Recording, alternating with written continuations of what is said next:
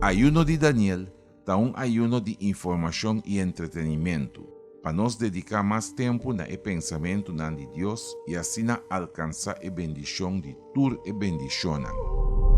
Espíritu Santo.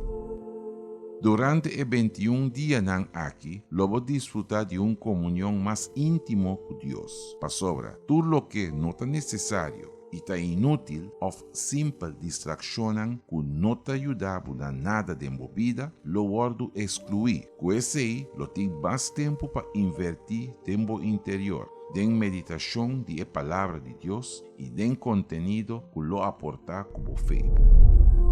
Participar en el ayuno de Daniel y luego mira cambio de accionan y reaccionan. De 21 de marzo para 11 de abril.